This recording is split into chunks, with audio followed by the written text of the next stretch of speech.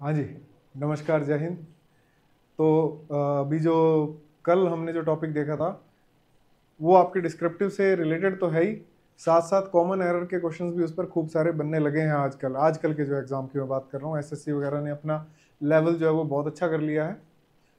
Mains के अंदर आपको पता है कि अगर एग्जामिनर आपको एक क्वेश्चन के 3 मार्क्स दे रहा है तो वो पहले वाले जो अल्लू लल्लू से क्वेश्चंस होते थे उन पर नहीं देगा। अब क्वेश्चंस का लेवल बढ़ चुका है, तो आपको भी अपना लेवल बढ़ाना होगा। ठीक है, सुपर सैयन मोड में आपको जाना होगा। आज जो मैं आपको टॉपिक करवा रहा हूं उस पर भी अच्छे क्वेश्चंस बन रहे हैं इन दिनों में, जिसका नाम है पंक्चुएशन मार्क्स। पंक्चुएशंस एक बेहतरीन टॉपिक है। ठीक है, मतलब मैं ये भी नहीं कहूंगा कि बिल्कुल नेक्स्ट लेवल के जो लोग हैं उन्हीं को समझ में आएगा। आप लोग थोड़ा सा अभ्यास करेंगे तो इस टॉपिक को बहुत अच्छे से समझ पाएंगे। बोरिंग नहीं है। अगर आप नौकरी लगना चाहते हैं और जिस एग्जाम में आपके इंग्लिश आ रही है या फिर आपका डिस्क्रिप्टिव का जो एग्जाम है उसके पॉइंट ऑफ व्यू से बेहद इंपॉर्टेंट है ये वाला। ठीक है, चलो इधर उधर की बात बहुत कर ली, अब मैं आपको बताता हूँ पंक्चुएशन मार्क्स होते कौन से। पहले तो ये देखो, आपने पढ़ा है पंक्चुएशन मार्क्स, जैसे ये full stop, comma, semi colon, colon और इन्वर्टेड कॉमा वगैरह वगैरह। अच्छा, क्वेश्चन मार्क भी लिख देते हैं, हाइफन, डैश, अंडरस्कोर। अंडरस्कोर का तो अपने इधर तो यूज़ नहीं है। ये सब जो वर्ड्स हैं इनको पंक्चुएशंस बोलते हैं। और पंक्चुएशंस जो है वो सेंटेंस में यूज होकर कहानी को कैसे चेंज करेगी, इसको अपने आज देखते हैं। और मैं ना शुरू में आपको जो सबसे कॉमनली हम लोग यूज करते हैं पंक्चुएशंस उनकी बात करता हूं। जैसे to close a sentence, to close a sentence हम कौन से पंक्चुएशंस का यूज करते हैं? फुल स्टॉप और क्वेश्चन मार्क और ये आपका फेवरेट विस्मयबोधक चिन्ह, एक्सक्लेमेशन। नाम लिखने हैं क्या इनके? लिख लेना यार, नाम तो लिख ही लोगे। ये फुल स्टॉप है, ये क्वेश्चन मार्क है और ये एक्सक्लेमेशन है। ये सब जो है इनका यूज हम लोग करते हैं किसी भी सेंटेंस को जब हम क्लोज करते हैं। टू क्लोज अ सेंटेंस, जैसे मैं लिख दूं, बहुत सिंपल सिंपल से 2-3 सेंटेंस देख लेते हैं हम लोग, एक थोड़ी सी बेसिक की बात अच्छी हो जाएगी।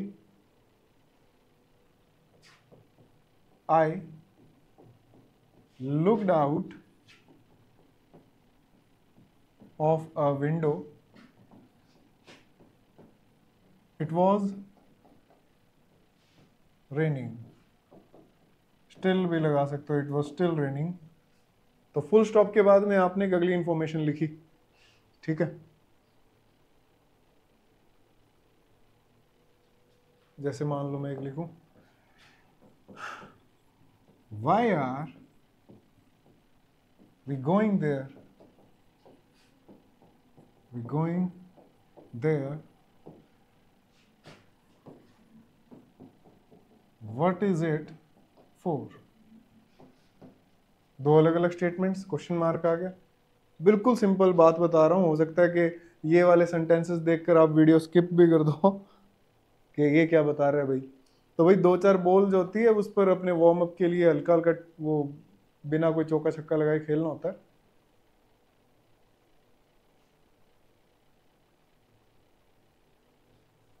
जैसे मान लो मैं ऐसे लिखूं, हम सबके मन की बात, वी नीड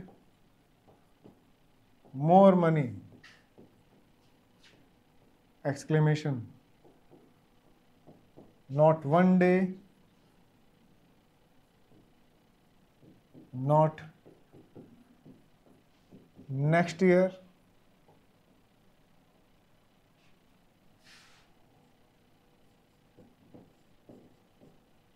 राइट नाउ, अब भी चाहिए।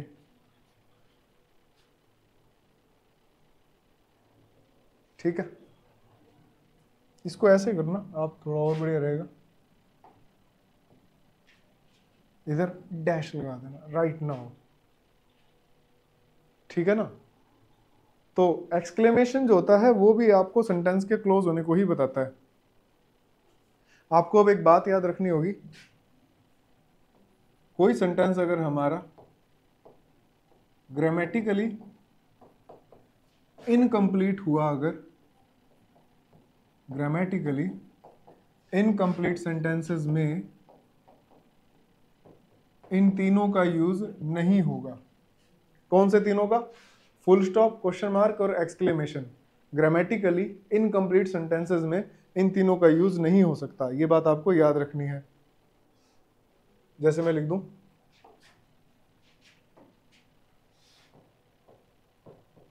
She found me as soon as she arrived। ठीक है, आपको सोचना है इसको सही कैसे करना है। मैं एक और लिख देता हूं,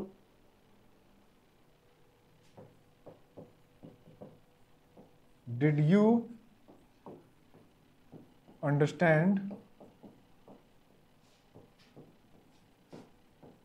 व्हाई आई वॉज अपसेट। ये है। क्या ये सेंटेंसेस जो मैंने लिखे हैं दोनों के दोनों वो सही है? Why I was upset, इधर भी क्वेश्चन मार्क लगा दें। और इस सेंटेंस में मैं आपको एक बहुत अच्छी बात बताने वाला हूं इससे रिलेटेड। तो देखिए, सेंटेंसेस जो भी है इसमें आपने यहाँ पर फुल स्टॉप लगाया, ये जानकारी अधूरी थी, इसके आगे एक और आपको क्लॉज मिल रही है, तो यहाँ पर फुल स्टॉप नहीं आएगा। इसको कैसे लिखा जाएगा? शी फोन्ड मी, फिर इसके साथ ये लिखा जाएगा as soon as she arrived. Full stop नहीं आएगा बीच में। सेकंड में डिड यू अंडरस्टैंड, ये नहीं आएगा, फिर ये वाई आई वॉज अपसेट। अब एक बात देखना, आपने यहाँ पर दो क्लॉजेज लिखी है इंटेरोगेशन के अंदर, ये दो क्लॉजेज है। हो सकता है आप में से किसी का मन ये लिखने का हो कि she did you understand why was I upset. तो मेरी बात ध्यान से सुनो, जब दो क्लॉजेज लिखते हो ना आप इंटेरोगेशन के अंदर, दो क्लॉजेज लिखते हो, तो सिर्फ एक क्लॉज को ही आपको इंटेरोगेशन में लिखना होता है फॉर्मेशन में। इसका फॉर्मेशन जो है वो इंटेरोगेशन वाला नहीं होगा, असर्टिव वाला ही होगा। वाई आई वॉज अपसेट आएगा, वाई वॉज आई अपसेट नहीं आएगा। आपने इधर इंटेरोगेटिव की फॉर्मेशन जो है वो बना दी है। ठीक है, ये भी बात आपको याद रखनी है। दो क्लॉजेज के अंदर एक क्लॉज को ही आपने इंटेरोगेशन के अंदर रखना होगा। ठीक है, और फुल स्टॉप का यूज, एक छोटा सा यूज मैं आपको बता देता हूं, बहुत ही आसान सा है ये। एब्रीविएशंस के अंदर, एब्रीविएशंस होता है ना, मतलब शॉर्ट फॉर्म जो लिखते हैं हम लोग, शॉर्ट फॉर्म्स के अंदर भी आप फुल स्टॉप का यूज कर सकते हो। फॉर्मल जो लैंग्वेज है अपनी, ठीक है, इनफॉर्मल के अंदर तो कुछ मर्जी लिखो, लेकिन फॉर्मली आपको एब्रीविएशंस के अंदर फुल स्टॉप लिखना होगा। जैसे मैं लिखता हूं ये, स्पोकन वगैरह में आज के टाइम में या फिर जनरल साइंस में मिस्टर कुमार को ऐसा लिखा जा सकता है, लेकिन अगर आपका कोई एग्जाम डिस्क्रिप्टिव से रिलेटेड है तो आपको फुल स्टॉप लगाना ही चाहिए। ठीक है, या फिर एसएससी का अगर आपका मेंस का एग्जाम है जिसमें एक क्वेश्चन 3 मार्क्स का हो सकता है, तो अब क्योंकि क्वेश्चन पेपर आपका टीसीएस नहीं बनाएगा, हो सकता है कि इस लेवल के क्वेश्चंस भी आ जाए। ठीक है, कोई ये सेंटेंस लिख दे, he is an MA in English, an MA in English. तो इसको वो सही कैसे करवाएगा? एग्जामिनर कहेगा इसमें एरर ढूंढो, तो आपको फिर यहाँ पर फुल स्टॉप ये वाला लगाना पड़ेगा। एब्रीविएशन के अंदर इनका यूज़ किया जाता है, और जो हमारी जो इंग्लिश आती है वो फॉर्मल वाली ही आएगी, इनफॉर्मल नहीं होती है। ठीक है, जैसे मैं लिख दूं डॉक्टर कुमार लिख दिया जैसे मैंने। अच्छा, और चीज़ याद रखो आप, इनडायरेक्ट स्पीच कोई होगी, इनडायरेक्ट स्पीच में क्वेश्चन मार्क नहीं आएगा, क्वेश्चन मार्क नहीं आता, कभी नहीं आता। इनडायरेक्ट स्पीच में क्वेश्चन मार्क कभी नहीं आता, फुल स्टॉप का ही यूज किया जाता है। जैसे मान लो मैं ये लिख दूं अगर एक सिंपल सा sentence, I asked him what time it was, full stop. इसका जो डायरेक्ट बनता है उसमें आपको पता है क्वेश्चन मार्क का यूज किया जाता है। चलिए देखते हैं नेक्स्ट अब हम लोग semi colon.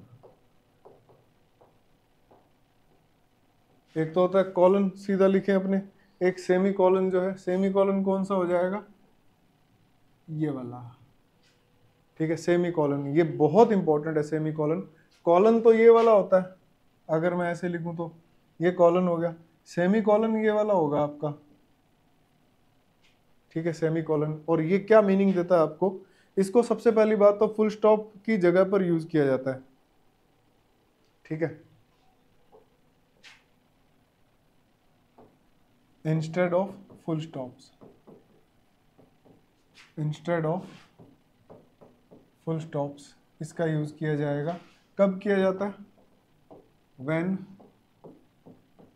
Sentences are independent. देखो कॉमा अलग चीज है, कॉमा में सेंटेंसेस जो होते हैं वो डिपेंडेंट होते हैं, और इसमें इंडिपेंडेंट हो गए सेंटेंस हमारे बिल्कुल ही, ठीक है।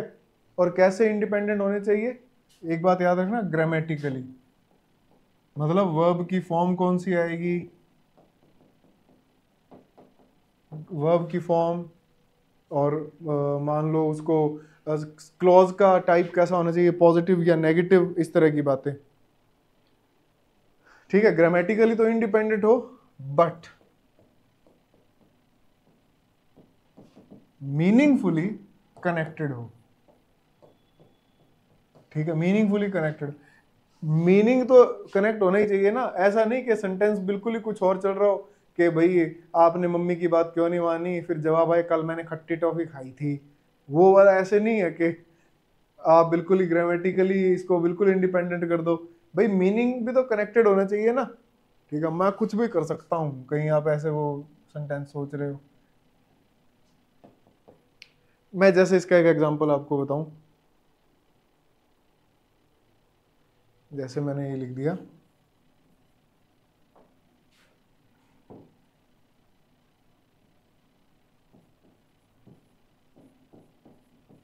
some people work better in the morning, semicolon, others do in the evening। कुछ निशाचर होते हैं ना, वो वाले, उनकी बात हो रही है।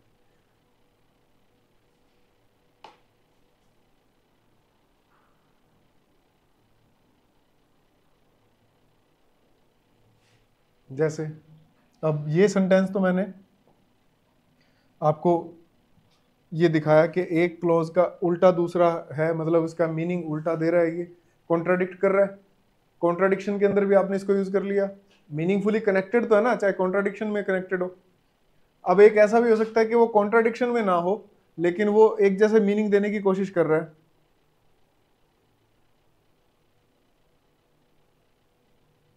जैसे मैं लिख दूं, it is a fine idea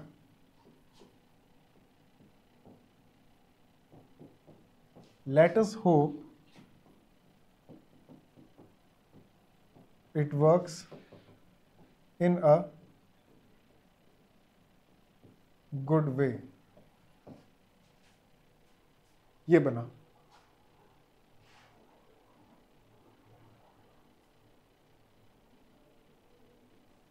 ठीक है। इसको नोट कर लो फटाफट।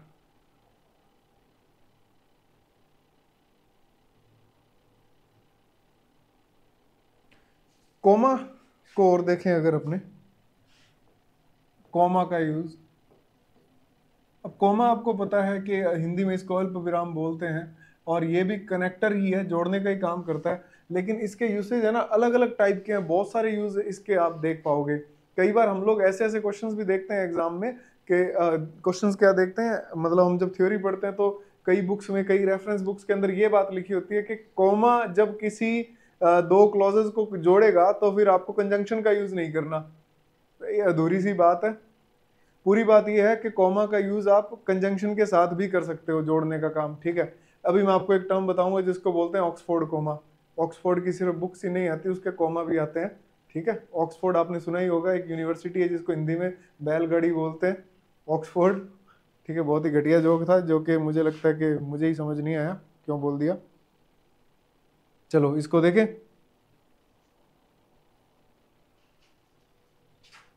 जैसे ये सेंटेंस है, orders begin to dry up and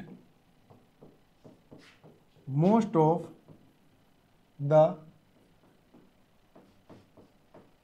company reduced the workforce। Workforce का मतलब क्या हुआ, एम्प्लॉइज जो है उनको कम कर दिया।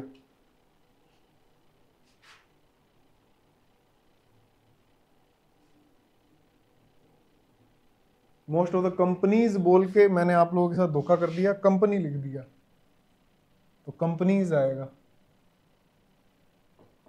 मेरी आदत है धोखा देने की। चलो नेक्स्ट के अंदर मैं इस पंक्चुएशन मार्क को थोड़ा सा चेंज करूं।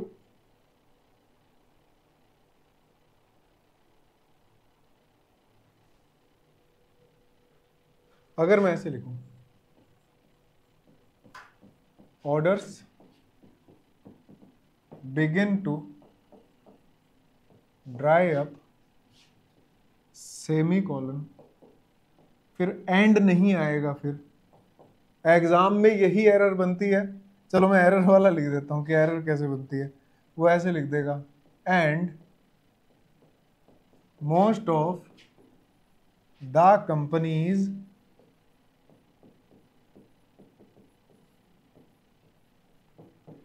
reduced the workforce, ये बना, ठीक है। अब आपसे पूछा जाए कि इन दोनों में से कौन सा सही है, ये बताना है आपने, फर्स्ट और सेकंड में से कौन सा सही है। तो चलो आप एक और क्वेश्चन लो, फिर इतनी जिद कर ही रहे हो तो तीसरा और लिखो, ऑर्डर्स, कॉपी पेस्ट कर देंगे इसको, ऐसे होता है क्या, ये ले तेल का ऑमलेट,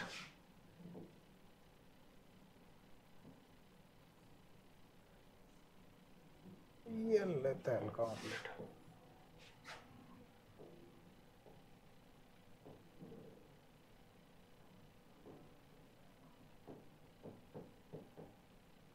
लो ये 3 सेंटेंसेस हैं। अब इन तीनों में से कौन सा सही है कौन सा गलत है, उस पर अगर बात की जाए तो उस पर यही बात बनेगी हमारी कि देखो भैया, ये जो है यहाँ पर सेमी कॉलन अगर आपने लगा दिया तो फिर कंजंक्शन लगाने की जरूरत नहीं है, फुल स्टॉप आ गया तो कंजंक्शन लगाने की जरूरत नहीं है।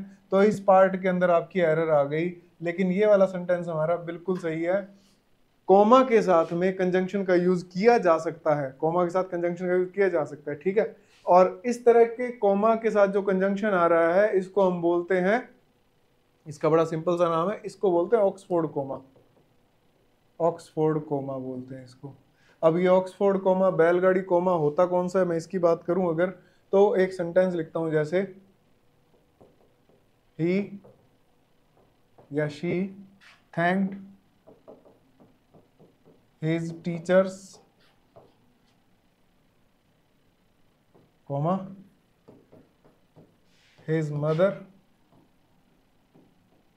and his father, ठीक है। सेम यही सेंटेंस अगर मैं लिखता हूं यस से थोड़ा सा चेंज करके, तो क्या होगा,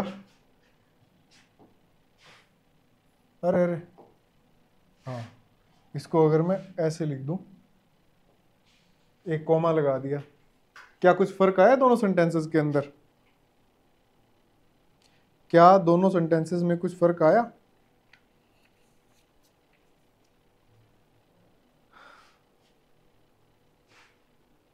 भैया बहुत ज़्यादा फर्क आ गया।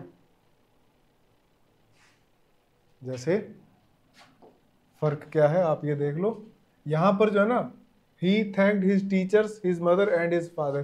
तो इसका मतलब क्या हुआ, उसके टीचर्स है ना, वो कौन है, उसके टीचर, उसके मम्मी और पापा उसके टीचर हैं।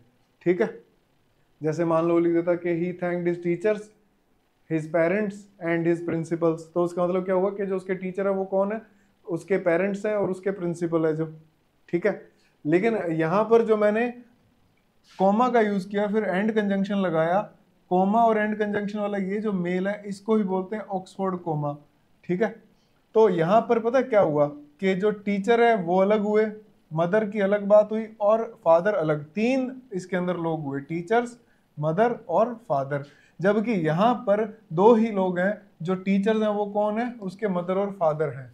ठीक है, अच्छा ऐसा नहीं है कि ऑक्सफोर्ड कॉमा लगाना ही पड़ेगा आपको हर बार, बहुत बार ऐसा होता है कि अंडरस्टूड होती है चीजें। ठीक है, बहुत बहुत बार ऐसा होगा, अंडरस्टूड भी होती है चीजें कि आपको वहां पर ये सब लगाने की जरूरत ही नहीं है।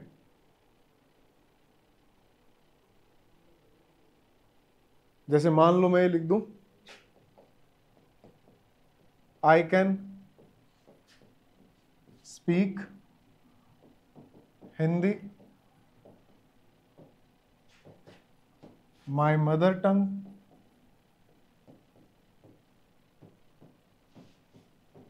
And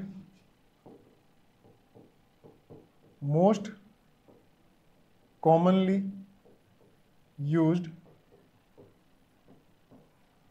language. अब पता क्या हुआ, इस सेंटेंस के अंदर ये तीन भाषाएं बोल सकता है। कौन सी? हिंदी अलग हुई, उसकी मदर टंग अलग हुई, मान लो कन्नड़ हो सकती है, मलयालम हो सकती है, पंजाबी हो सकती है, राजस्थानी हो सकती है, राजस्थानी में मारवाड़ी हो सकती है, मेवाड़ी हो सकती है, ढूंढाड़ी हो सकती है, हाड़ौती हो सकती है। ठीक है जी, अलग अलग प्रकार की भाषाएं उस वो बोल सकता है, वो ये कह रहा है। और उसकी मदर टंग अलग हो गई। And most commonly used language, Bharat में मोस्ट कॉमनली यूज्ड लैंग्वेज कौन सी है? मान लो कि वो कह रहा है कि इंग्लिश है। ठीक है, साउथ में सारे अंग्रेज बने फिरते हैं, तो मोस्ट कॉमनली यूज्ड लैंग्वेज कौन सी होगी? इंग्लिश होगी। तो ये तीन तरह की भाषाएं वो बोल सकता है। अगर आपने कोमा नहीं लगाया तो क्या होगा कि आई कैन स्पीक हिंदी। ठीक है, अगर आपने कोमा नहीं लगाया यहाँ पर, मैं अगर इस सेंटेंस के अंदर कोमा हटा देता हूँ तो ये सेंटेंस का मतलब क्या हो जाएगा कि वो कह रहा है कि हिंदी उसकी मदर टंग है और मोस्ट कॉमनली यूज्ड लैंग्वेज भी हिंदी है। तो ये इसी की बात कर रहा है यहाँ पर ये। ठीक है, ये यहाँ पर गड़बड़ घोटाला है, समझ आ रहा होगा।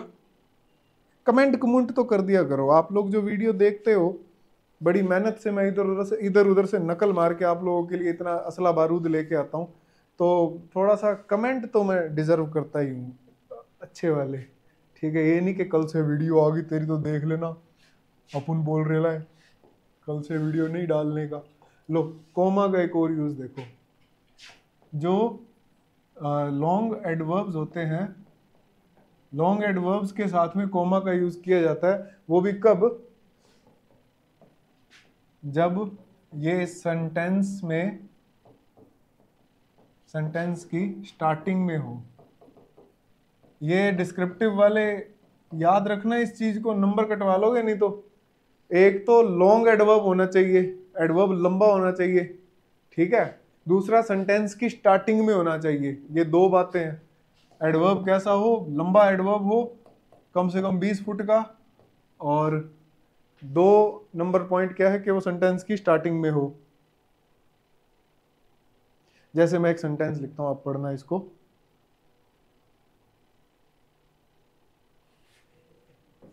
मान लो किसी ने लिखा ये वाला, at that time the standard of the living of, at that time the standards मत कर देना, standard of the living of the dock workers was improving slowly। ऐसे ही लिख दिया एक छोटा सा सेंटेंस। अगर मैं इस सेंटेंस की बात करूं और थोड़ा सा इसमें हम लोग चेंज करें तो क्या फर्क आएगा, हमने इसको देखना है अभी। ओ भाई साहब,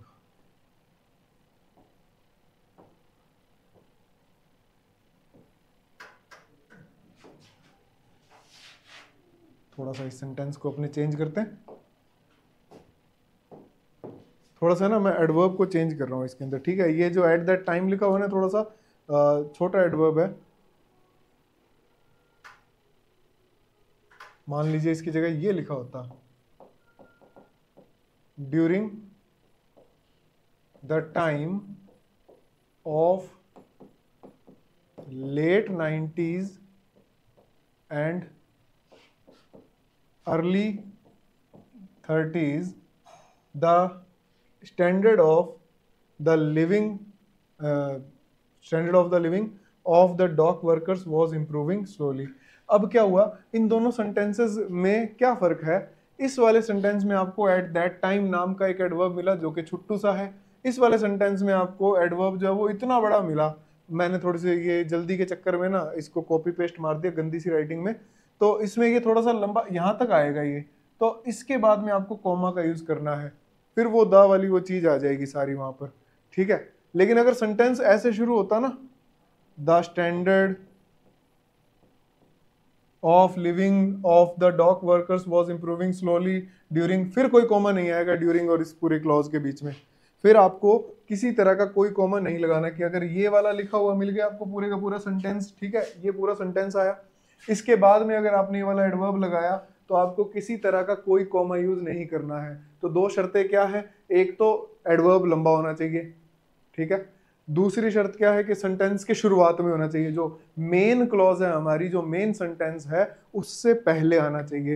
ये बहुत इंपॉर्टेंट रूल है, इसके ऊपर अच्छे खासे लोग जो होते हैं, अच्छे खासे अंग्रेज जो होते हैं भारत देश के अंदर, ठीक है, वो मार्क्स कटवा के बैठ जाते हैं, आपको नहीं कटवाने हैं, ठीक है। इस बात को याद रखना है आपने। फिर एक और देख लेते हैं लास्ट अपना आज का,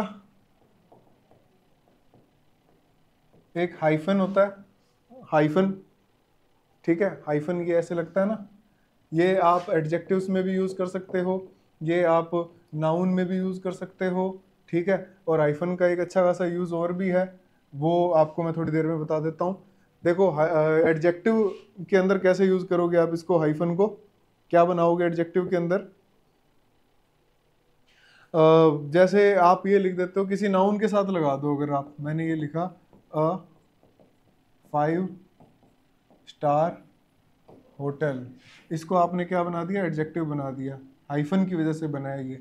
अच्छा ई आर अगर लगता है ना, ई आर लगता है, जैसे मान लो मैं ये लिख दूं बॉटल ओपनर, ये दो नाउन है, बॉटल और ओपनर। बॉटल ओपनर लगता है तू, तेरे जैसे ढक्कन को खोलने का ही काम है मेरा, वो वाला जो है ना बॉटल ओपनर, वो ओपनर ई आर के साथ में आपने बॉटल अगर लगाया है तो हाइफन का यूज कर लेना इसमें बीच में, ठीक है। जैसे मान लो मैं ये कह दूं कि आईएनजी लगाया, अगर आपने किसी आईएनजी लगाकर आपने अगर नाउन बनाया तो उसमें भी हाइफन का यूज हो जाएगा। राइटिंग पेपर, स्विमिंग पूल, ठीक है, फर्स्ट पार्ट अगर उसका आईएनजी है, ये देखो फर्स्ट पार्ट आईएनजी है, सेकंड पार्ट ईआर है, तो हाइफन का यूज कर सकते हैं हम लोग, बहुत अच्छा रूल है ये वाला, ठीक है। ये हाइफन है, डैश नहीं है। कंपाउंड नाउन में तो आप लोगों ने देखा ही है ये वाला, sister in law, brother in law, mother in law, father in law, commander in chief, ये तो नाउन के अंदर अपने कॉमनली देखते ही रहते हैं। एक जो महिलाओं का एक अचूक यंत्र है, मेकअप, ठीक है, मेकअप, ये एडवर्ब के केस में यूज हो रहा है। अप जो है वो एडवर्ब होता है ना, तो एडवर्ब पार्टिसिपल्स वगैरह में आप इनका यूज कर सकते हो। आप कंपाउंड एडजेक्टिव में यूज कर सकते हो इसका, जैसे कंपाउंड एडजेक्टिव में कैसे, ब्लू आइड, हिप्नोटाइज तेरी कर दी है मैनू,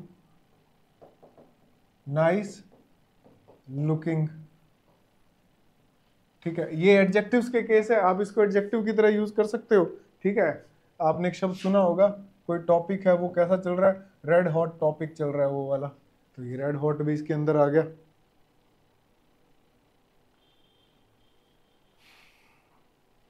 नंबर्स के लिए भी आप यूज कर सकते हो इसको। मैं नंबर्स में कैसे यूज करूं, जैसे मान लो आपने लिख दिया 24, 24 के अंदर आपने हाइफन का यूज किया। ये डैश नहीं है, ये हाइफन है। डैश जो होता है ना वो अलग चीज है, वो थोड़ा सा लंबा होगा और वो डिस्क्रिप्शन जब लिखना होता है उससे पहले डैश आता है, हाइफन नहीं आता वो। ठीक है, हाइफन तो ये वाला है। 24 लिख दिया आपने। आप अगर लिखते हो 3/4, ये क्या लिख दिया, ये लो भाई, संख्याओं के साथ में आ सकता है ये। अच्छा ये 2, सॉरी,